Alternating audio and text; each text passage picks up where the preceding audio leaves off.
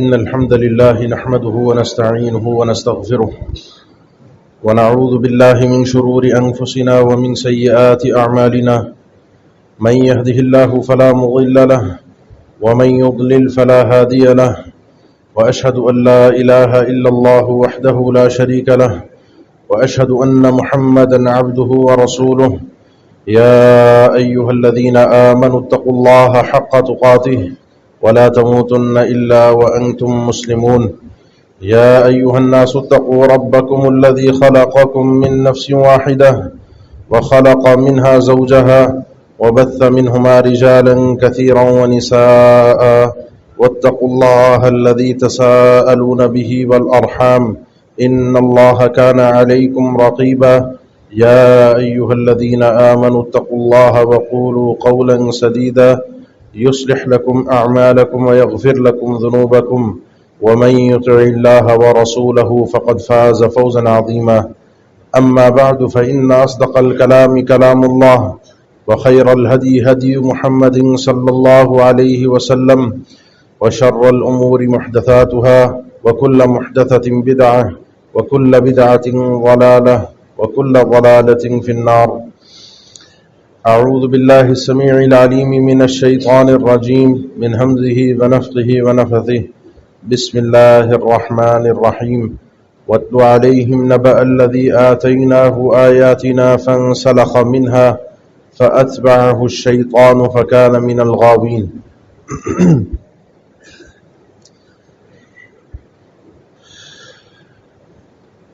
صحابہ اکرام اپنے اس دور کو، جو دور ان کا اسلام سے پہلے کا ہے، حالت شرک کا دور، اس کفر کے دور کو، اس زمانے کو دور جاہلیت سے تعبیر کرتے تھے. نبی کریم صلی اللہ علیہ وسلم کی احادیث میں بھی، فرامین میں بھی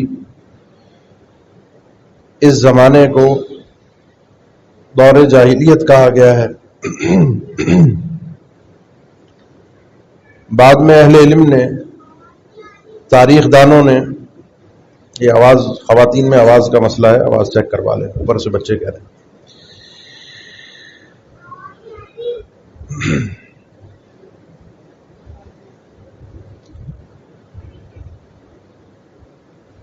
تاریخ میں اہل علم کی کلام میں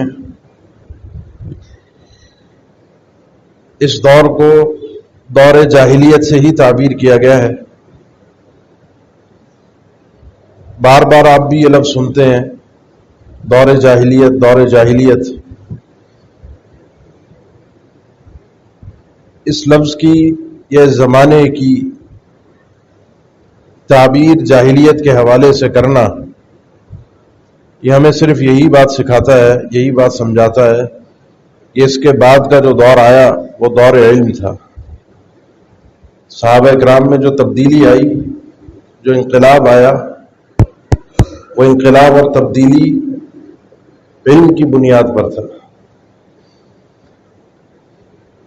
اور اسی لیے اللہ تعالیٰ نے سورہ فاتحہ میں ہم سب کو سکھا دیا، اہدنا الصراط المستقیم صراط الذین انعمت علیہم غیر المغضوب علیہم ولا الضالین. اللہ ہم تجھ سے مانگتے بھی رہتے ہیں اور تجھ سے ثابت قدمی کا بھی سوال کرتے ہیں صراط مستقیم پر. یہ صراط مستقیم وہ ہے جو ان لوگوں کا راستہ ہے جن پر تیرا انعام رہا، تیری نعمتیں رہیں. اور یہ نعمت علم و عمل ہے. اللہ نے علم بھی دیا اور عمل بھی دیا، کیونکہ اس نعمت کے مقابلے میں اللہ تعالیٰ نے جس نعمت کو ذکر کیا ہے وہ ہے غیر المغضوب علیہم ولا الضالین. اللہ نہ مغضوب علیہم کا راستہ ہو، نہ ضالین کا راستہ ہو. اور سارے ہی مفسرین لکھتے ہیں مغضوب علیہم وہ لوگ ہیں جن کے پاس علم تو تھا لیکن عمل نہیں تھا، اور ضالین وہ تھے جن کے پاس عمل تھا لیکن علم نہیں تھا. اور یہ دونوں ہی چیزیں گمراہی کی علامت، گمراہی کے راستے یا گمراہی کی بنیادیں ٹھہرتی ہیں. اب آپ نے طے کرنا ہے وہ جاہلیت میں رہنا ہے یا اپنے آپ کو اس علم کے ساتھ سرخرو کرنا ہے. انعمت علیہم، اللہ جن پر تیرا انعام ہوا، جو منعم علیہم ہے، جن پر تیری نعمتیں ہیں. اور اس نعمت کا مفہوم یہاں پر جو مقابلے میں چیز ذکر ہوئی ہے وہ تعین کرتی ہے علم و عمل. اسی لیے ایک مسلمان کے لیے لازمی ہے، فرض ہے اس پر کہ جو عقیدہ، ایمانیات اور عمل اس کے اوپر فرض ہے، جو عمل کرنا اس پر فرض ہے، جو عقیدہ اور ایمان رکھنا اس پر فرض ہے، اس کا علم حاصل کرنا بھی فرض ہے. بعض لوگ یہ سمجھتے ہیں، بعض نے ذکر بھی کیا، کیونکہ جب ہم اپنے گہرے مسئلوں میں جاتے ہیں اور مسئلوں میں ہم ذکر کرتے ہیں کہ کہیں کہیں اللہ تعالیٰ بندے کو معذور کر دیتا ہے، عذر اس کا قبول کرتا ہے. عربی والا معذور جہالت کی وجہ سے، اس بندے کو پتہ نہیں تھا. ربنا لا تؤاخذنا ان نسینا واخطأنا، اللہ ہمیں بھول جائیں، علم نہ ہو، غلطی سے کوئی کام ہو جائے تو مؤاخذہ نہ کرنا، پکڑنا مت. اللہ نے دعا سکھائی کہ یہ حکم الہی ہے، یہ شریعت ہے، یہ اللہ کی طرف سے اعلان ہے کہ ہماری بھول پر، ہمارے نسیان پر، ہماری خطا پر ہماری پکڑ نہیں ہے.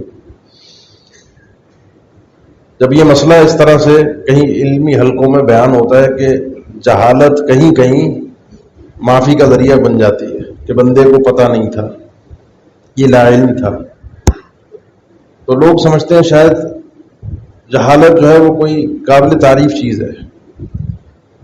علم والا پھنس جاتا ہے، جس کو معلومات ہوں پکڑا جائے گا اگر اس نے عمل نہیں کیا.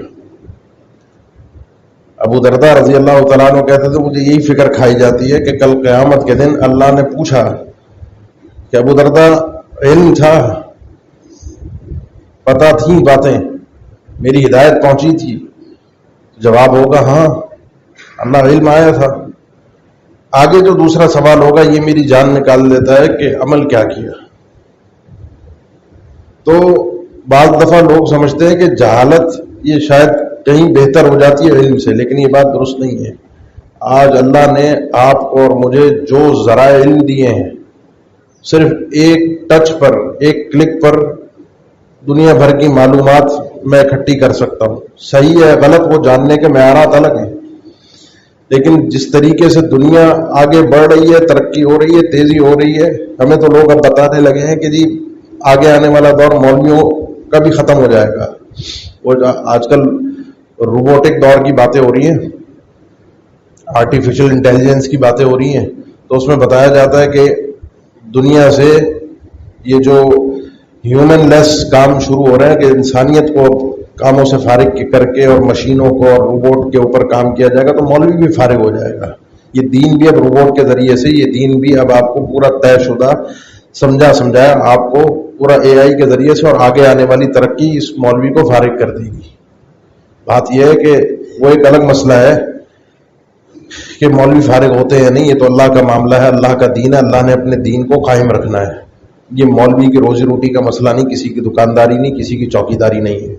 لیکن مسئلہ یہ ہے کہ اللہ کی حجت کس طریقے سے ہم پر قائم ہو رہی ہے. ہم یہ تو دیکھیں، صرف ایک کلک پر اور ایک ٹچ کرنے پر ہمیں ساری معلومات مل جائے اور پھر بھی ہمیں معلومات نہ ہو، پھر بھی ہمیں علم نہ ہو، یہ ہماری بد نصیبی ہے. ہم پر فرض ہے وہ علم حاصل کرنا جس کے متعلق مجھ سے سوال ہوگا، جو میرے ایمان سے تعلق رکھتا ہے، میرے عقیدے سے تعلق رکھتا ہے، میرے عمل سے تعلق رکھتا ہے. اور یہ حقیقت ہے. آپ ایسے بہت سے لوگ قابل تعریف ہیں جو حج پہ جا رہے ہیں، وہ لوگ پریشان ہوتے ہیں، ابھی گئے نہیں ہیں، لیکن ابھی آپ دیکھیں یہ حج کی جو تربیت کلاسز ہو رہی ہیں، جنہوں نے جانا ہے وہ لائن لگا کے، کبھی صبح کو میں نے تو کچھ لوگوں کو ایسے دیکھا صبح ایک جگہ شام ایک جگہ، اتوار کے دن ہوتی ہیں لوگ فارغ ہوتے ہیں، وہ صبح میں ایک جگہ گئے ہیں کلاس میں، شام کو الگ جگہ کلاس لے رہے ہیں کہ کوئی چیز رہ نہ جائے، کوئی مسئلہ ہم سے غلط نہ ہو جائے. اور اس کے باوجود بھی ابھی گئے نہیں ہیں. آپ کے ہی مسجد کے بہت سے لوگ ہیں مجھ سے رابطے میں ابھی سے ہیں کہ جی ہم نے جانا ہے حج پہ، کسی کے رشتہ دار نے، بھائی نے، گھر والوں نے، اور وہ مستقل رابطے میں ہے کہ جی یہ مسئلہ بتا دیں، ابھی گئے نہیں ہیں. یہ قابل تعریف چیز ہے. یہ اس کا مطلب یہ ہے اس بندے کو پتا ہے جو عمل میں نے کرنا ہے اس کا علم میرے پاس ہونا لازمی ہے. اگر میں بغیر علم کے اس میدان میں کود گیا تو میرا حج نہیں ہوگا. میں غلطیاں ایسی ایسی کر کے آؤں گا کہ ہو سکتا ہے میں جیسے گیا شاید اس سے بدتر حالت میں واپس آ جاؤں. یہ صرف حج کا معاملہ نہیں ہے, یہ صرف آپ کا نماز نہیں ہے کہ آپ نے نماز روزہ سیکھ لیا ہے, آپ کو طہارت کے مسائل پتہ ہیں, آپ کو جو جو آپ پر فرض ہے, جو جو آپ پر لازمی ہے, ذرا غور تو کریں نا. نماز جنازہ ہے, اس کی دعائیں ہیں. ہم نے سمجھا کہ وہ کوئی, ہم بھی کھڑے ہوتے ہیں تو ذرا ایک اہتمام ہو جاتا ہے, کوئی 4-6 دعائیں ملا جلا کے ہم کر دیتے ہیں. چلو دنیا سے ایک آدمی گیا ہے, اس کے لیے اللہ سے جتنا مانگ سکتے ہیں, جتنی التجا کر سکتے ہیں وہ کر لیں. لیکن پیچھے والے کو 4 لفظ تو سیکھ سکتے ہیں, اللہم اغفر لہ, اللہم ارحمہ, اتنا ہی آ سکتا ہے. تو آپ پوری دعاؤں کے اندر اتنا ہی پڑھتے رہیں, اللہم اغفر لہ, اللہم ارحمہ, اللہ اس کو بخش دے, اللہ اس پر رحمت ہے. یہی اس میت کے لیے کافی ہے. آپ کے خاموش کھڑے ہونے سے یہ 2 جملے, اللہم اغفر لہ, اللہم ارحمہ, اللہم ادخلہ الجنۃ واعیذہ من فتنۃ القبر وعذاب النار, 4-5 جملے ہیں. کوئی آپ کو پوری دعا لازمی فرض نہیں ہے کہ آپ یاد کریں. آپ کے خاموش کھڑے ہونے سے بہتر ہے کہ آپ کو 4 جملے پتہ ہوں, کیونکہ نماز جنازہ ہوتا کبھی کبھی ہے. ہم کتنے ہیں, کوئی ہفتہ 10 دن میں کوئی ایک آدھ موقع آ گیا, مہینے میں کوئی ایک آدھ موقع آ گیا تو ہم جنازے میں شریک ہوتے ہیں, تو دعائیں یاد نہیں رہتی. پریکٹس سے ایک چیز یاد رہتی ہے, عمل ایک چیز کو محفوظ کرتا ہے. تو اس لیے کوشش کیجیے کہ جن جن چیزوں کے عمل کا مطالبہ ہے مجھ سے, ان چیزوں کے اوپر میرا علم بصیرت کے ساتھ ہونا چاہیے, لازمی ہونا چاہیے. جہالت کے اوپر میرا عمل نہیں ہونا چاہیے. مجھے پتا ہو کہ اللہ کے نبی صلی اللہ علیہ وسلم کا طریقہ کیا تھا, آپ کی سنت کیا ہے, آپ نے کہاں تک اجازت دی ہے, کہاں پر روکا ہے, کس چیز سے روکا ہے, تاکہ میں اپنی عبادت بصیرت پر کروں اور اس جاہلیت سے نکل کر باہر اس علم کی دنیا میں, اس شریعت کی دنیا میں آ سکوں. وہ دور جاہلیت میرا ختم ہو اور دور علم میرا شروع ہو, جس میں میں اللہ کی معرفت تامہ رکھتا ہوں, اللہ کو جانتا ہوں, میرا عقیدہ مضبوط ہو, میرا اللہ پر توکل ہو, جہاں جہاں عبادت کا موقع ہو وہاں وہاں میں آگے نظر آؤں. یہ ہے ایک پہلو, صراط الذین انعمت علیہم غیر المغضوب علیہم ولا الضالین.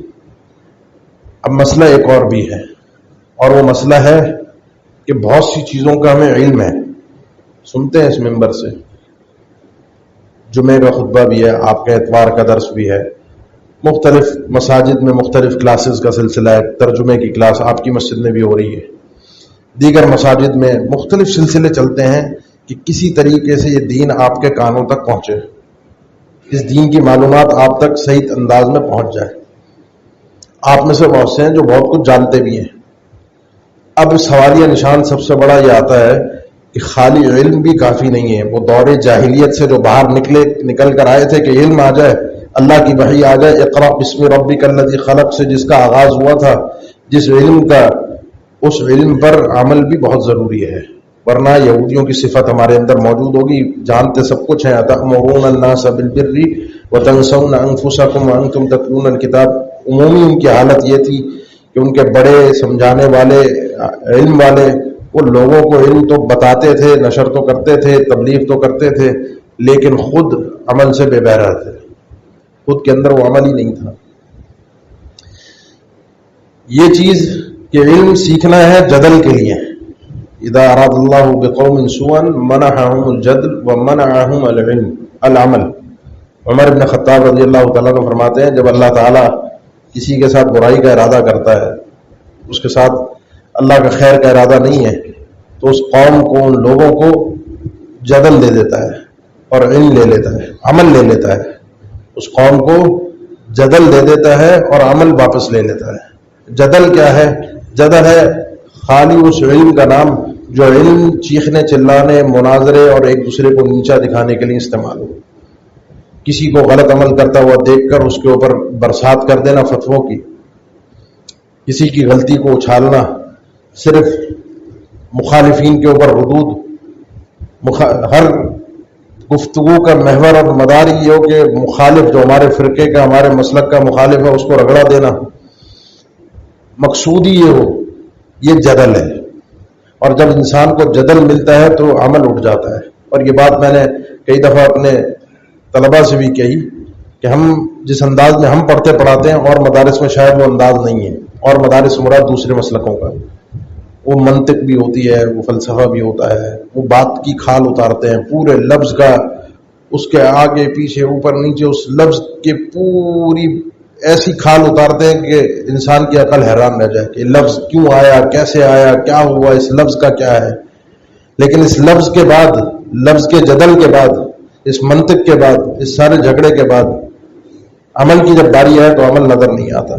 قرآن کی تفسیر کرنے والے کتنے ہی آپ کو ایسے ملیں گے جو الفاظ کے ساتھ الفاظ کے جادوگر ہیں، جدل ہے، جھگڑا ہے، مخالفین پر طنز طعن و تشنیع ہے، مخالفین کو رگڑا ہے، لیکن قرآن کے اوپر عمل کتنا ہے؟ اصل تو قرآن عمل کے لیے آیا تھا، مخالفین کو رگڑنے کے لیے اصل مقصود نہیں تھا، مخالفین کو سمجھانا تھا، یہ جدل نہیں تھا، یہ عمل تھا، ہم نے اس کو جدل بنا لیا۔ اللہ تعالیٰ جب کسی قوم سے برائی کا ارادہ کرتا ہے اس قوم کو جدل دے دیتا ہے۔ تو آپ کا یہ علم اگر خالی علم برائے علم ہوتا ہے تو وہ علم برائے علم آپ کو جدل تک لے کر جاتا ہے، مناظرے، جھگڑے، فتوے بازی، ایک دوسرے کو نیچا دکھانا، مجھے معلومات میں مجھے پتہ ہے۔ اول نیت، پہلی چیز جب بھی کسی مسئلے کو سنیں، میری زبان سے سنیں، آپ سن رہے ہیں یا آپ میں سے کوئی مجھے بتا رہا ہے، میری پہلی نیت یہ ہو کہ پہلی دفعہ یہ بات سنی ہے، پہلی دفعہ یہ علم میں آئی ہے، یا پہلے علم میں تھی میں بھول گیا، بہت ساری باتیں دماغ سے اوجھل ہو جاتی ہیں، سنی تو پہلی چیز یہ ہو کہ میں نے خود اس پر عمل کرنا ہے، خود اس کو اپنے اندر اتارنا ہے، خود اس کو سیکھنا ہے۔ اس کے بعد آگے کی بات تو بعد میں ہے کہ میں کسی کو سوچوں کہ ابھی میں نے کوئی بات کی ہے تو مسجد میں کون کون ہے جو اس پر عمل نہیں کرتا، میرے خاندان میں کون کون ہے جو اس پر عمل نہیں کرتا، آج یہ حدیث سنی، آج جا کے میں ان کو رگڑا دوں گا، دیکھو تم حدیث کی مخالفت کرتے ہو، دیکھو تم ایسے کرتے ہو۔ پہلی نیت اپنے اوپر، دوسروں کو چھوڑ دیں۔ پہلا مرحلہ اپنی اصلاح کا ہے، پھر دوسرا مرحلہ اس کے بعد کا دوسروں کی اصلاح کا ہے۔ پہلے خود تو انسان عامل ہو، یا ایھا الذین آمنوا لم تقولون ما لا تفعلون، ایمان والو وہ باتیں کہہ کیوں رہے ہو جو خود عمل نہیں کرتے، جو تمہارے اپنے عمل کی فہرست میں وہ چیز نہیں ہے، وہ دوسروں تک کیسے پہنچا رہے ہو؟ پہلے عمل کرو پھر پہنچاؤ بھی، دونوں کام لازمی ہیں، عمل بھی اور پہنچانا بھی۔ اس لیے علم کے بعد عمل کا ہونا بہت ضروری ہے، اور علم کے بعد اگر عمل نہ ہو، علم کے بعد اگر انسان اس منوال پر نہیں آیا، اس طریقے پر نہیں آیا، اس راستے پر نہیں آیا جو راستہ اللہ کی طرف لے کر جاتا ہے، تو غیر المغضوب علیہم ولا الضالین، پھر یہ دعا مجھے اپنی پوری ہوتی ہوئی نظر نہیں آئے گی کہ اللہ ان یہودیوں کے مغضوب علیہم کے جن کے پاس علم تھا لیکن عمل نہیں تھا، ان کے راستے سے مجھے محفوظ رکھنا۔ اللہ کے نبی صلی اللہ علیہ وسلم کے جب خلق کا سوال ہو، خلق مطلب آپ کی عادات کیا تھی، آپ کرتے کیا تھے، سارا دن کیا کرتے تھے، سیدہ عائشہ سے جب پوچھا، عائشہ رضی اللہ تعالیٰ نے فرمایا کہ یہ جو قرآن ہے نا، یہ اللہ کے نبی صلی اللہ علیہ وسلم کی زندگی پوری کی پوری چلتی پھرتی جو زندگی تھی اس قرآن کی تفسیر تھی۔ کان خلقہ القرآن، آپ نے زندگی اس قرآن کے احکامات کے مطابق گزاری، جو آپ کو کرنے کو کہا گیا آپ نے ویسا کیا، چاہے دل کر رہا ہو چاہے دل نہ کر رہا ہو۔ اللہ نے بتا دیا انک لا تہدی من احببت ولکن اللہ یہدی من یشاء، جس کو آپ چاہتے ہیں اس کو ہدایت مل جائے، ایسا نہیں ہو سکتا۔ اللہ نے کہہ دیا، بات ختم ہو گئی، اس کے بعد کوئی دوسری بات ہے ہی نہیں۔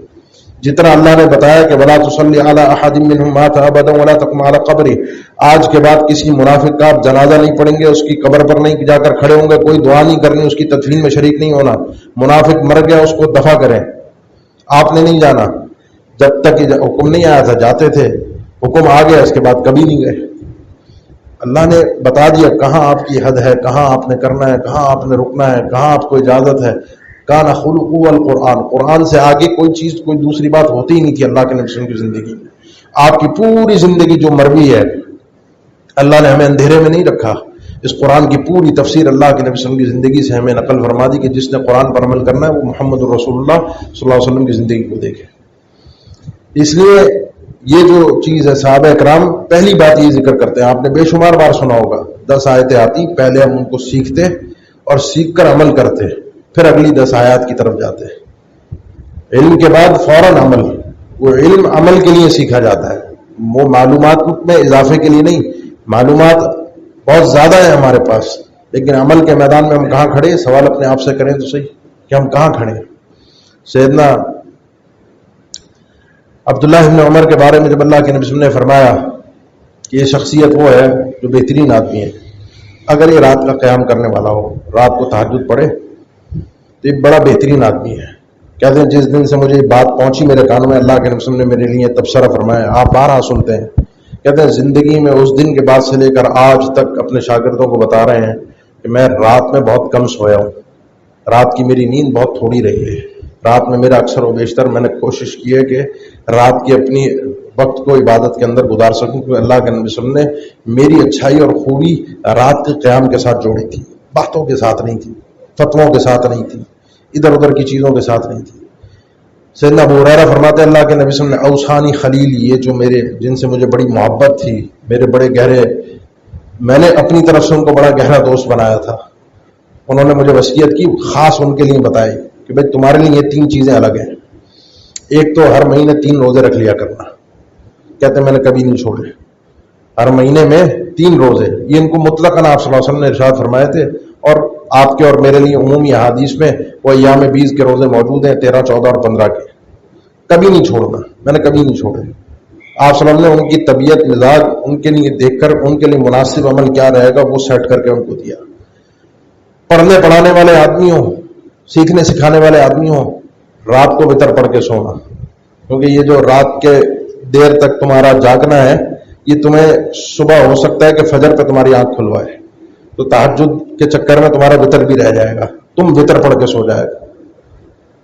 اور تیسرا تم نے صلاۃ الضحیٰ کا اہتمام کرنا ہے. چاشت اور جو اشراق جس کو ہم کہتے ہیں، جس کا وقت سورج نکلنے کے بعد سے اور زوال سے تھوڑا پہلے تک جو ٹائم ہے پورا کا پورا یہ صلاۃ الضحیٰ کا وقت ہے، اس کا اہتمام ہمیشہ رکھنا ہے. رات کی نماز جو تہجد آخری وقت تھی، وہ اگر ان کو چھوٹ مل گئی تو ان کو دن کی نماز کی آپ صلی اللہ علیہ وسلم نے تاکید کی. یہ بڑی دونوں نمازیں بڑی گہری نمازیں ہیں، ان کا آپس میں بڑا گہرا تعلق ہے.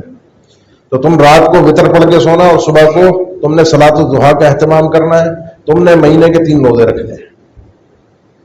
کہتے ہیں یہ 3 وصیتیں تھیں، ان کو میں نے ہمیشہ اپنی پوری زندگی میں اپنے پلے سے باندھ کر رکھا ہے، کبھی نہیں چھوڑا ان چیزوں کو، کیونکہ آپ صلی اللہ علیہ وسلم نے مجھے خاص بتایا تھا. یہ سننے کے بعد، یہ آگے نقل کرنے سے پہلے اپنی زندگی میں ان چیزوں کو انہوں نے اتارا تھا، اپنی زندگی کے اندر پورا اتار کر عمل کر کے. یہ جو آپ سنتے ہیں نا کہ 8 سالوں کے اندر سورہ بقرہ ختم کی، 8 سالوں میں سورہ بقرہ ختم کی، وہ 8 سالوں میں سورہ بقرہ علمی طور پر ختم نہیں تھی، وہ عملی طور پر ختم تھی کہ اس کے پورے عمل کو، علم کو اور عمل کو اپنے اندر اتار لیا جائے، گھول لیا جائے، کیونکہ عمل سے ہی علم محفوظ ہو جاتا ہے. بہت ساری چیزیں ایسی ہوتی ہیں آپ نے سنی، کرنا شروع کر دی، کون سی حدیث تھی، کیا الفاظ تھے، کیا اس کا مفہوم تھا، کیا اس کی فضیلت تھی، کیا حوالہ تھا، آپ سب بھول جاتے ہیں. وہ عمل آپ کی زندگی میں جاری رہتا ہے. کوئی کبھی پوچھ لے، کبھی سوال کر لے کہ عمل کیسا ہے، تو آپ کو یاد آتا ہے یار پتہ نہیں حدیث تو میں بھول ہی گیا. پھر آپ معلومات لیتے ہیں نہیں لیتے. آپ کا عمل آپ کے علم کو محفوظ رکھتا ہے. پہلی چیز اپنی نیت میں یہ رکھیے، جب بھی اس ممبر سے کوئی اللہ کے فرمان کو سنیں، یا ویسے کہیں کوئی تعلیمی حلقہ ہو، کہیں آپ بیٹھے ہیں کوئی چیز سیکھ رہے ہیں، کوئی اللہ اور اس کے رسول کا فرمان آ رہا ہے جو عمل سے تعلق رکھتا ہے، عقیدے سے تعلق رکھتا ہے، اپنے اندر اتارتے ہیں. اپنے اندر جب تک گھولیں گے نہیں، یہ بات آگے نہیں بڑھے گی. امام احمد کی شخصیت کو آپ جانتے ہیں، مسند احمد تقریباً لگ بھگ سندوں کی کثرت ہے، 40,000 کے لگ بھگ حدیثیں ہیں مسند احمد میں، سندوں کی کثرت ہے. اور کہتے ہیں کہ میری کوشش یہ رہی جو بھی متون اس کے اندر آئے ہیں، متن، اس پر اس حدیث کو اگر میں نے سنا ہے، لکھا ہے، پڑھا ہے، میرا عمل ہو جائے اس پر، میں اس پر عمل ضرور کروں. حدیث پڑھی کہ اللہ کے نبی صلی اللہ علیہ وسلم نے مسند احمد میں بھی اور بھی کتب حدیث میں صحیح حدیث ہے، احتجامہ وآتى بعطیۃ الحجامہ الدینار. اللہ کے نبی صلی اللہ علیہ وسلم نے سینگنی لگوائی. آج کل آپ جو یہ کپ لگواتے ہیں نا، خون نکلواتے ہیں، حجامہ، یہ حجامہ سے ملتی جلتی چیز ہے سینگنی. یہ الگ طریقہ علاج ہے اور حجامہ ایک الگ طریقہ علاج ہے. یہ حجامہ کے لیے بھی لفظ استعمال ہوتا ہے، احتجامہ. یہ بعض اوقات اس کا مفہوم حجامہ کی طرف بھی جاتا ہے. تو بہرحال یہ جسم سے فاسد خون نکلوانے کے مختلف طریقے ہیں. گندا خون جو آپ کا جمع ہوا خون ہوتا ہے، کالا خون ہوتا ہے، فاسد خون ہوتا ہے جو آپ کے جسم کو نقصان پہنچاتا ہے. تو یہ مختلف اس زمانے کے طریقہ علاج تھے، جسم سے نکلوایا جاتا تھا. آپ صلی اللہ علیہ وسلم نے یہ سینگنی لگوائی. جس بندے نے لگائی، جو کام کرنے والا تھا، آپ نے اس کو 1 دینار دے دیا. 1 دینار اس دور میں جتنا سونا اس کے اندر پڑتا تھا، دینار کے اندر جو مقدار سونے کی ڈلتی تھی، کیونکہ اس دور میں سونا اور چاندی ہی تبادلے کے لیے استعمال ہوتے تھے کرنسی کے طور پہ، الگ سے کوئی کرنسی نہیں تھی، روپیہ پیسہ نہیں تھا.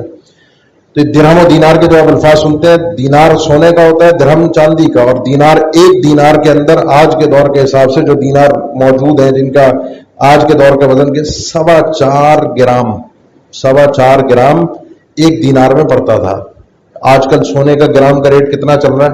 4.25 گرام، لگ بھگ کوئی میرا غلطی نہ ہو تو کوئی میرا خیال ہے 80-90 ہزار روپے شاید بنے گا. پتہ نہیں کیا ریٹ چل رہا ہے، شاید یہی ہو 80-90 ہزار روپے. امام احمد بن حنبل کہتے ہیں میں نے اس حدیث کو پڑھا تو اس حدیث کو پڑھ کر میں نے صرف اس لیے سینگی لگوائی کہ اللہ کے نبی صلی اللہ علیہ وسلم نے لگوائی تھی، اور پھر میں نے بھی اس حجام کو جس نے سینگی لگائی تھی اس کو 1 دینار دیا، کیونکہ اللہ کے نبی صلی اللہ علیہ وسلم نے بھی 1 دینار دیا تھا. حالانکہ فرض نہیں تھا، یہ کوئی اس کو کہے کہ سنت تھی کہ جی حجام کی اس کی جو مزدوری ہے جو اس کو پیسے دیے جائیں وہ 1 دینار ہے. سنت میں ایسا نہیں ہے، نہ انہوں نے ایسا سمجھا. یہ محبت کے تقاضے ہوتے ہیں کہ جس سے محبت ہے نا اس نے ایسا کام کیا تھا، اس کا ایسا انداز تھا، اس نے سینگی لگوا کر سینگی لگوانے والے کو اتنے پیسے دیے. ایسے ہوتا ہے نا کوئی بڑوں کے ساتھ کوئی گھوم رہا ہو، وزیروں کے ساتھ، چودھریوں کے ساتھ، وڈیروں کے ساتھ، وہ جس انداز کا لباس پہنتے ہیں وہ ان کی کاپی کرنا شروع ہو جاتا ہے. وہ جس انداز سے چائے پیتے ہیں یہ بھی اسی انداز سے پیتا ہے. جو یہ چیلے والے ہوتے ہیں چمچے، وہ کہیں کسی کو اگر ٹپ دیتا ہے تو وہ اسی انداز سے اس نے بھی ٹپ دینی ہوتی ہے اس ہوٹل میں، ریسٹورنٹ میں جا کے. یہ ان کی دنیاوی مفادات کی محبت ہے، اور یہ جو ائمہ کی محبت تھی یہ آخرت کی کامیابی کے لیے اللہ کے نبی صلی اللہ علیہ وسلم سے محبت کرتے ہیں، کہ اللہ نے آپ کی محبت کو فرض قرار دیا تھا اور دل سے محبت تھی. تو یہ حدیث کو پڑھنے کے بعد اس طرح سے عمل کرنا، حالانکہ ضرورت نہیں تھی 1 دینار دینے کی، جو بھی چاہتے دیتے، نہ دیتے، لیکن چونکہ اللہ کے نبی صلی اللہ علیہ وسلم نے ایسا کیا، محبت کا تقاضا، سنت کی علم کے وصول کے بعد اس پر عمل کی نیت اتنی ہوتی تھی کہ فوراً عمل کرنا ہے. سیدنا امیر المؤمنین فی الحدیث محمد بن اسماعیل بخاری، نام سنا ہوگا امام بخاری کا آپ نے، راویوں پر جرح تعدیل کے بھی امام ہیں، اور علل کے یعنی گہری چھپی ہوئی جو علتیں ہوتی ہیں نا، جو مخفی حدیثوں کے اندر ذوق ہوتا ہے، اس کے چند بڑے بڑے نام ہیں جن میں ایک خود ہی امام بخاری کا نام ہے. راویوں پر جرح کیے، لیکن بڑے سے بڑے راوی پر بھی سخت سے سخت الفاظ میں جرح نہیں ہے. ان کے سخت سے سخت الفاظ بھی دوسروں کے ہاں جو درمیانے درجے کے الفاظ ہیں وہ ہوتے ہیں جرح کے. لیس بشیء لا یحتج بہ، اس طرح کے الفاظ بڑے بڑے کذابین کے لیے بھی استعمال کر دیتے ہیں. کہتے ہیں اللہ کے نبی صلی اللہ علیہ وسلم سے جب سے میں نے سنا ہے، مغتدبت احدا منذ ان سمعت ان الغیبۃ حرام، جس دن سے میں نے حدیث سنی تھی کہ غیبت حرام ہے، کسی کے پیٹھ پیچھے اس کے بات کرنا حرام ہے، اس دن سے لے کر آج تک میں نے زندگی میں کبھی کسی کی غیبت نہیں کی. آج تک پورا یاد رکھ کے بیٹھے ہیں، اور اپنی زندگی میں الفاظ بھی کہے کہ مجھے اتنا یقین ہے، انشاءاللہ اللہ کی ذات سے اتنا بھروسہ ہے، اتنا یقین ہے کہ کل قیامت کے دن جب میرا حساب و کتاب ہوگا تو اللہ مجھ سے غیبت کے متعلق سوال نہیں کرے گا. میں نے زندگی میں کسی کی غیبت نہیں کی، کسی کو اپنی نیکیاں نہیں بانٹی، کسی کو اپنی نیکیاں تحفے کے طور پر نہیں دی کہ میری محنت وہ لے جائے. میں نے سن لیا غیبت حرام ہے، وہ آدمی کیا کرتا ہے، اس کی زندگی میں کیا چل رہا ہے. حالانکہ جرح تعدیل جرح کی ہے راویوں پر، یہ غیبت نہیں ہے. یہ بھی مقصود آپ کو سمجھنا اچھی طرح چاہیے کہ راویوں کے متعلق جو حالات بیان کیے ہیں وہ حفظ حدیث کے لیے، اور اس کے لیے دلائل الگ سے موجود ہے، قرآن و حدیث میں اجازت الگ سے موجود ہے، اللہ کے نبی صلی اللہ علیہ وسلم کے کئی فرامین سے اجازت موجود ہے. اس کو غیبت سے استثناء قرار دیا گیا ہے.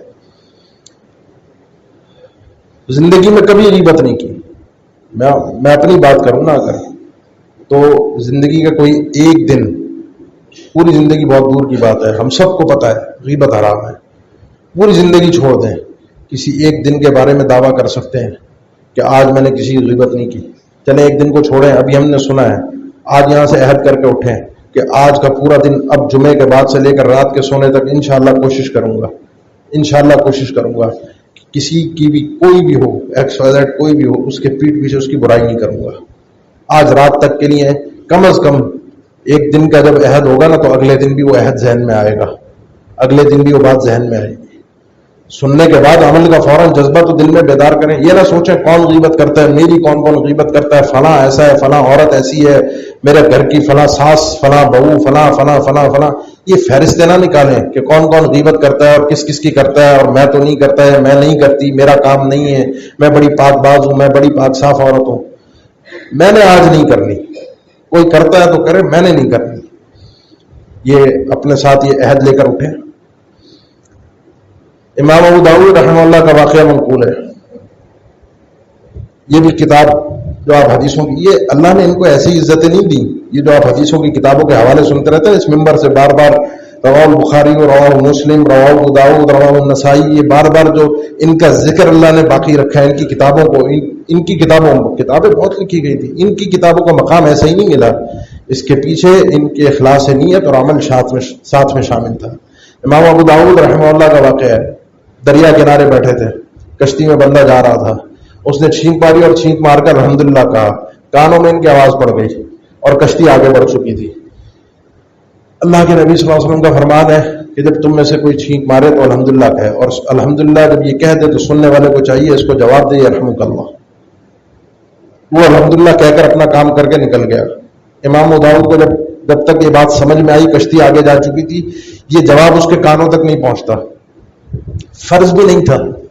بات تو جب موقع عمل کا وقت نکل جائے, موقع نہ رہے, بات آگے نکل جائے تو کوئی حرج نہیں ہے, اللہ کی طرف سے پکڑ نہیں ہے. آپ صحابہ کے واقعات بھی پڑھتے ہیں نا. سیدنا عثمان اپنی بے خیالی میں اللہ کے نبی صلی اللہ علیہ وسلم کی وفات کے بعد بڑی شدت غم میں مبتلا تھے, اور سیدنا عمر کا گزر ہوا, سلام کیا, انہوں نے سلام کا جواب ہی نہیں دیا. ابو بکر رضی اللہ عنہ کے پاس گئے کہ میں نے عثمان کو سلام کیا تو اس نے جواب نہیں دیا. دونوں آئے, دونوں سلام کیا, انہوں نے جواب دیا. سیدنا ابو بکر نے کہا کہ عمر نے سلام کیا تھا رضی اللہ تعالیٰ عنہ, آپ نے جواب نہیں دیا, خیریت تھی؟ انہوں نے کہا پتہ نہیں کب سلام کیا تھا, مجھے تو نہیں پتا. یہ غلط فہمیوں کو بھی تو دور کرنا چاہیے. ہمیں تو لگتا ہے ہم نے سلام کیا, اگلے نے جواب نہیں دیا. بھائی غلط فہمی دور تو کرے انسان جا کے. انہوں نے غلط فہمی دور کی, وہ کہا میں تو اپنے پتہ نہیں, انسان اپنے خیالات میں ہوتا ہے. تو بات نکل گئی, سلام کا جواب دینا فرض تھا, لیکن وہ فرض ختم ہو گیا, اس پر ساقط ہے, اس کی پکڑ نہیں ہے. اب سیدنا جو امام ابو داؤد رحمہ اللہ تھے, اٹھے, بڑے, کشتی 3 یا 4 درہم پر لی کرائے پر. اس کشتی والے کو کہا کہ اس کشتی تک تیزی کے ساتھ پہنچنا ہے اور پھر واپس آنا ہے. واپس اس کشتی تک پہنچے, اس بندے کو یرحمک اللہ کہا اور واپس آ گئے. صرف اس 3 اور 4 درہم کو خرچ کر کے یرحمک اللہ کہنے کے لیے گئے, کیونکہ اللہ کے نبی کا فرمان ہے جب کسی کو الحمدللہ کہتا ہوا سنو تو اس کو یرحمک اللہ کہو. ہم میں سے کون ہے جو پیسے خرچ کر کے یہ کام کرے گا؟ کسی کے اندر مفت میں بھی ہم نہیں کرتے. میں اپنی بات کروں تو مفت میں بھی ہم نہیں کر پاتے, لیکن اللہ کے نبی صلی اللہ علیہ وسلم کے ان لوگوں نے ان احادیث کو اپنے لیے لکھا تھا پہلے, کہ اس پر پہلے خود عمل کرنا ہے. جو میں سن رہا ہوں, جو میں کہہ رہا ہوں, پہلے خود اپنے اوپر نافذ کرنا ہے. بہرحال اس کے بعد خواب دیکھا. خواب کوئی ہم اس کو 100% شریعت نہیں مانتے, نبوت کا 46واں حصہ ہے. مبشرات آپ صلی اللہ علیہ وسلم نے اس کو قرار دیا, خوشخبریاں مل جاتی ہیں. الرؤیا الصالحہ من اللہ, نیک اور اچھے خواب اللہ کی طرف سے ہوتے ہیں, جو بندے کو خوشخبریاں بھی مل جاتی ہیں, چیزیں بھی مل جاتی ہیں. خواب دیکھا, اور خواب میں دیکھا یہ ان کو آواز سنائی دی خواب میں, یا ابا داؤد لقد اشتریت الجنۃ بثلاثۃ باربعۃ دراہم. ابو داؤد, یہ جو 3 درہم تم نے خرچ کیے تھے, ان 3 درہموں کے بدلے تم نے جنت کو خرید لیا. یہ جنت کا سودا تھا. یہ 3-4 درہم کی بات نہیں تھی, یہ بات تھی اللہ کے حکم پر, اللہ کے نبی وسلم کی تعلیم پر عمل کرنے کی, اور اس کے عوض میں تمہیں جنت مل گئی. اب ملی نہیں ملی اس خواب پر ہمیں اعتبار, کوئی شریعت نہیں ہے. یہ خواب جانے, خواب دکھانے والا جانے, جس کا یہ خواب تھا وہ جانے. لیکن اتنی بات ضرور ہے کہ جو چیزیں ہمیں وحی سے ملتی ہیں, اللہ کے نبی وسلم کے فرامین سے ملتی ہیں, وہ تو یہی سکھاتی ہیں کہ یہ چھوٹی چھوٹی چیزوں کے اوپر عمل کرنے کے اوپر دھیان رکھنا. یہ کام میری ذمہ داری تھی, میں نے کر لیا. راستے سے کنکر کو ہٹا دیا, پیاسے کتے کو پانی پلا دیا, ایک کھجور کا ٹکڑا اللہ کی راہ میں خرچ کر دیا. یہ چیزیں انسان کو جہنم سے بھی بچا رہی ہوتی ہیں اور جنت تک بھی پہنچا رہی ہوتی ہیں. یہ تو ہمیں اللہ کے نبی کے فرامین سے پتہ چل رہا ہوتا ہے. تو کسی بھی ایک تو عمل کو حقیر نہ جانے. جو بات سنیں, جو بات آپ کے کانوں تک پہنچے, جو علم آپ کے کانوں تک پہنچے, یہ علم آپ کو اللہ کی بارگاہ میں اوپر اس وقت کرے گا جب اس علم کے ساتھ آپ کی زندگی کے اندر عمل ہوگا. عمل کے بغیر بارگاہ الہی میں کچھ نہیں ہوتا. تمنیات پر حسن بن علی رضی اللہ تعالیٰ عنہ فرمایا کرتے تھے یہ ایمان جو ہے تحلی اور تمنی کا نام نہیں ہے, کوئی زیور اور کوئی خوبصورتی اور خواہشات کا نام نہیں ہے کہ بس میں مومن ہوں تو میں بس جنت میں جاؤں گا, میں مومن ہوں تو میرا نام مقام بہت بلند ہے. یہ ایمان ہے جس کے دل میں گھر کر جائے اور اس کی تصدیق وصدقہ العمل, اس کا عمل اس کی تصدیق کر کے اس کو دکھائے, اس کا عمل سامنے آ کر دکھائے کہ ہاں یہ بندہ مومن ہے, اس کے پاس علم ہے. یہ جب آپ سنتے ہیں نا کہ لا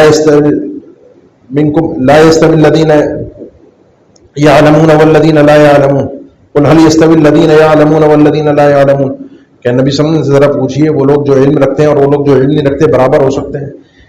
علم والا کب پہچانا جاتا ہے؟ وہ اپنے عمل سے پہچانا جاتا ہے. ایک علم رکھنے والا باشعور ہوتا ہے, سمجھدار ہوتا ہے, خوددار ہوتا ہے, اس کا عمل بتا رہا ہوتا ہے یہ آدمی پڑھا لکھا ہے, سمجھدار ہے.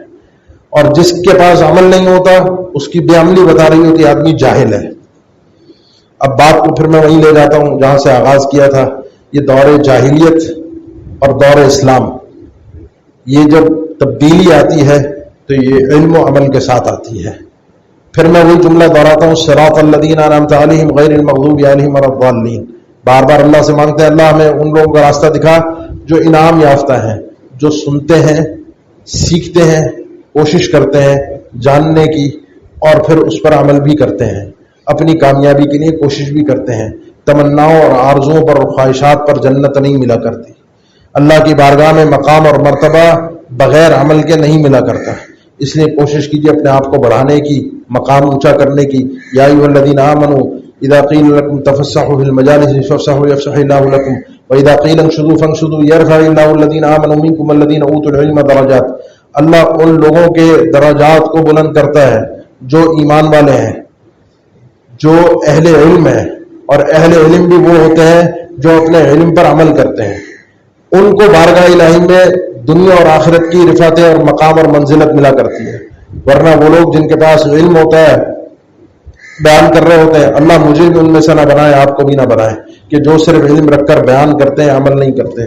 کل قیامت کے دن اللہ کے نبی نے 2 ہولیاں ان کے بیان کیے, کیا تو وہ بڑے بڑے مقاریض کے ساتھ, کٹر کے ساتھ, کینچیوں کے ساتھ اپنے ہونٹوں کو کاٹ رہے ہوں گے اور لوگوں کو بتا رہے ہوں گے ہم وہ لوگ تھے کہ جو لوگوں کو نیکی کا حکم تو دیتے تھے, میں آپ کو کھڑا ہو کے خیر کی بات بتا رہا ہوں, خود عمل نہیں کر رہا, اللہ مجھے محفوظ رکھے. اور دوسرا جو آپ صلی اللہ علیہ وسلم نے بیان فرمایا کہ ایک آدمی اپنی یہ پیٹ کی ساری انتڑیاں نکال کر آگ میں جہنم کے اندر اس کی جمع ہوں گی, پیٹ سے باہر ہوں گی, اور وہ اس کے گرد ایسے گھوم رہا ہوگا جیسے گدھا چکی کے گرد گھوم رہا ہوتا ہے, اس طرح سے پاگلوں کی طرح چکر کاٹ رہا ہوگا. اور لوگ اسے دیکھ کر پوچھیں گے کہ تو وہ آدمی تھا جو ہمیں نیکی کا حکم دیتا تھا, تو ہمیں بھلائیاں بتاتا تھا, تیری نیکیوں کی تعلیم کی وجہ سے ہم تو پاس ہو گئے, پار نکل گئے, تو یہاں کیسے آ گیا؟ وہ کہے گا یہی تو مصیبت ہے, میں نے تمہیں بتایا تھا, تمہیں سکھایا تھا, تم پر فتوے لگائے تھے, تم تک آواز میری گئی تھی اور میں خود عمل نہیں کرتا تھا. میں تمہیں امر بالمعروف تو کرتا تھا لیکن اس معروف پر خود عمل نہیں کرتا تھا. میں تمہیں منکر سے تو روکتا تھا لیکن اس منکر کو, اس گناہ کو میں خود کرتا تھا. یہ میرا حال ہے, یہ میری سزا ہے. وہ سارا مقام اور مرتبہ جو یرفع اللہ الذین آمنوا منکم والذین اوتوا العلم درجات کی صورت میں ملنا تھا, وہ مقام و رفعت و شان, وہ سارا کا سارا دھرا کا دھرا رہ جائے گا, ذلت اور رسوائی کے ساتھ جہنم کے اندر. اور یہ وعید صرف ایسا نہ سمجھے کہ وہ کوئی عالم, داعی, مبلغ, مصلح کے لیے ہے. یہ ہر اس آدمی کے لیے ہے جو بات کو پہنچاتا ہے, ہر اس بڑے کے لیے, خاندان کے ہر اس ذمہ دار کے لیے, ہر اس عورت اور مرد کے لیے جو اپنے بچوں کو سکھاتے ہیں, لوگوں کو بتاتے ہیں, پڑوسیوں کو سکھاتے ہیں, خاندان کو بتاتے ہیں اور خود عمل نہیں کرتے, خود نہیں اٹھتے, خود نہیں نماز پڑھتے. بچوں کو حکم ہے, خود نہیں نماز پڑھا انسان, تو اس کی بات کی کوئی ویلیو نہیں رہتی. وَأْمُرْ أَهْلَكَ بِالصَّلَاةِ وَاصْطَبِرْ عَلَيْهَا لَا نَسْأَلُكَ رِزْقًا. نیکی کا, نماز کا آپ نے جو حکم دینا ہے, تعلیم دینی ہے, آپ نے بھی دینی ہے اور خود بھی اس پر جم کر رہنا ہے, خود بھی یہ عبادت کرنی ہے. پھر آپ کی آواز میں تاثیر پیدا ہوتی ہے, پھر جب آپ بلائیں گے لوگوں کو, پھر لوگ شوق سے آئیں گے. اللہ ہمیں علم بھی عطا کر دے, اپنی معرفت بھی عطا کر دے, سمجھ بھی عطا کر دے, اور جو علم ہمیں ملے اللہ اس پر توفیق دے کہ ہم عمل کر سکیں. توفیق الہی کے بغیر نہ علم ہے اور نہ عمل ہے. اقول قولی هذا واستغفر الله لي ولكم واخر دعوانا الحمد لله رب العالمين.